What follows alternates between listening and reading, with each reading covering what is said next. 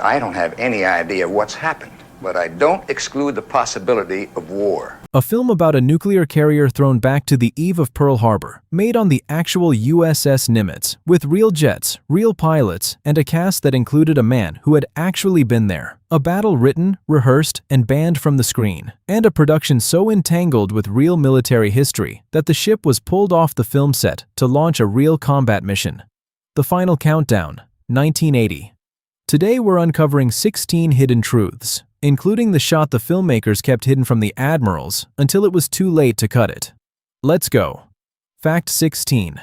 The captain who actually served the role of Captain Yelland carried a weight the script never mentioned. Douglas enlisted weeks after the real Pearl Harbor. He served in the Pacific on a submarine chaser until 1943, when a sailor accidentally discharged a depth charge and the blast took him off active duty. Nearly 4 decades later, he stood on the Nimitz playing a captain, watching Pearl Harbor approach from across time. He was not acting near history. He had lived inside it. Fact 15. The script that went to the wrong war. The film's premise feels inevitable now, but the original screenplay sent the carrier somewhere completely different. Written as The Last Countdown, the script sent the ship to the Mediterranean in 1914, days before the assassination of Archduke Franz Ferdinand. The debate would have been whether to stop the First World War. Peter Douglas acquired it and changed it to Pearl Harbor. That decision transformed a European political crisis into a visceral military ambush American audiences could feel. Fact 14. The scene the Navy deleted. The Pentagon's cooperation came with conditions. An early draft featured the XO taking command from the captain. The DoD objected, and it vanished entirely. The Navy also controlled the filming schedule at all times. The film the audience saw was partly the film the Pentagon agreed to allow. Fact 13. The camera that fell off the deck. Filming on an active carrier at sea is not like filming on a soundstage. The first attempt to capture a jet takeoff demonstrated that directly. Camera and operator were pitched off the deck by jet blast and caught in the safety net below. Nobody was seriously injured. The footage they eventually captured of F-14s launching from the Nimitz remains among the most authentic aviation footage ever filmed. Fact 12. The emergency. Nobody scripted the USS Nimitz was an active warship throughout the production. Real naval operations continued alongside the filming. An A-7 Corsair came in for landing with a failed tailhook. The crew deployed the barricade, an emergency net, across the deck. The production kept cameras rolling and captured the entire recovery. That footage is in the finished film, cut into the time vortex passage as though it were a planned, dramatic beat. Most viewers watch a real emergency without knowing it. Fact 11. The senator who was there. Charles Durning plays Senator Chapman. He was a decorated combat veteran of the Second World War, but the weight behind his performance runs deeper than most audiences ever knew. Durning landed on Omaha Beach on D-Day, first wave, and was the only survivor of his unit.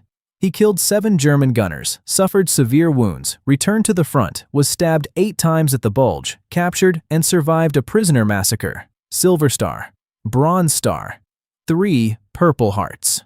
When he stood on the Nimitz watching F-14 launch above 1941, there was nothing fictional about what was in his eyes. Fact 10. The Zero pilot who had killed Zeros. One of the Zero pilots was Archie Donahue, a retired Marine colonel who had shot down 14 Japanese aircraft during the war, including 5 in a single day over Guadalcanal. Some of those kills were Mitsubishi Zeros. In 1979, he was sitting inside one for a movie. When an F-14 passed beneath at dangerously close range, the jet blast ripped the yoke from his hands and sucked his wristwatch and headset out of the cockpit. Nobody knew for several seconds if either pilot was alive. Filming shut down. The man who once hunted Zeros nearly died not from enemy fire, but from the turbulence of an American jet. Fact 9. The shot they hid from the admirals. During the dogfight sequence, a real F-14 flew approximately 100 feet above the ocean, far outside what the Navy would sanction, low enough to kick seawater off the surface behind it. The film crew kept that footage out of the daily material shown to senior Navy officers. The admirals saw it for the first time in a cinema watching the finished film. By then, it was too late to cut. It only exists because the people who made it chose not to show the people who could have stopped it. A real emergency. A decorated veteran flying a replica of the aircraft he once shot down. A shot hidden from the admirals. Up to here. What happened on the ship? From here, what happened to it? Fact 8. The battle.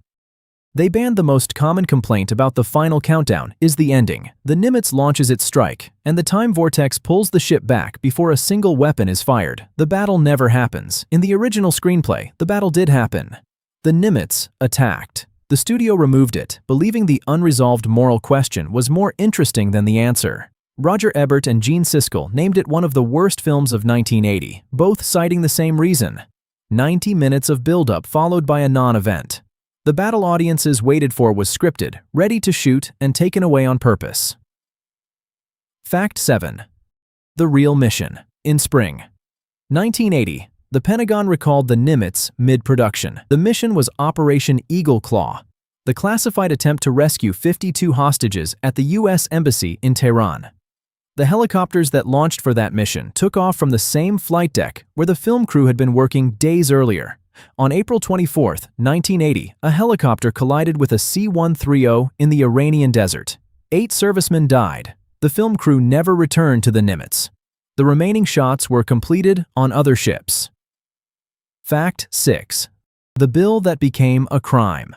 3 years after the film's release, the Navy's cooperation became a federal criminal case. Commander Emory Brown, of VF-84, was indicted for bribery. The Nimitz's aircraft had flown more than 200 hours for the production. Brown billed only 32.5. The gap saved the producers nearly $700,000. Prosecutors produced a note describing a payment through a middleman. Brown was convicted. His career was over. The film had used the Navy. Someone in between had used both. Fact 5. The final shot is the wrong ship. The film ends with the Nimitz returning to Pearl Harbor, the same ship that opened it, coming home. It is not the Nimitz. The real Nimitz was in the Atlantic. The production used the USS Kitty Hawk, framed to match. Nobody told the audience. It is the kind of detail that changes nothing about the film and everything about what it was actually made of. Fact 4. The drivers earned more than the pilots. The VF-84 pilots were the ones flying the F-14S throughout production, at near stall speed, 100 feet above the ocean, in conditions that nearly killed at least one of them. Union drivers were hired to transport cast and crew. Standard procedure. When the VF-84 pilots found out what those drivers were being paid, they were stunned. The men driving actors between locations earned more than the aviators flying F-14S over the ocean. They told that story for years. Fact 3. The skull that launched an empire. The camera lingers repeatedly on the skull and crossbones across VF-84's F-14 Tomcats. One of the most striking images in a film full of them. 2 years later, Japanese animators launched Robotech. The hero flies a jet modeled on the F-14. His insignia, a skull and crossbones lifted from VF-84's livery. The Skull Squadron ran across decades of sequels. When VF-84's officers learned what had happened, they were reportedly unimpressed. A Navy squadron's paint job had become the visual DNA of one of the most influential anime franchises ever made. Fact 2. 6 years before Top Gun. When most people think of F-14 Tomcats on film, they think of Top Gun, but the final countdown put the F-14 on screen 6 years earlier. Real aircraft, real squadron, real ship. After the film, the Navy used it as a recruitment tool. A poster appeared in recruiting offices across the country. For 6 years, it was the Navy's primary showcase. Then a film starring Tom Cruise came out and made most people forget which film got there first. Fact 1. Pearl Harbor, twice. Kirk Douglas enlisted in the Navy in 1941, weeks after Pearl Harbor. He served in the Pacific until an accident took him off active duty in 1944. 37 years later, he stood on the Nimitz as its fictional captain, watching Pearl Harbor's last morning approach around him, knowing the ship could end it in an afternoon. His first day in the Navy began with Pearl Harbor. His last day on the Nimitz ended with it. The film never mentions that. It didn't need to.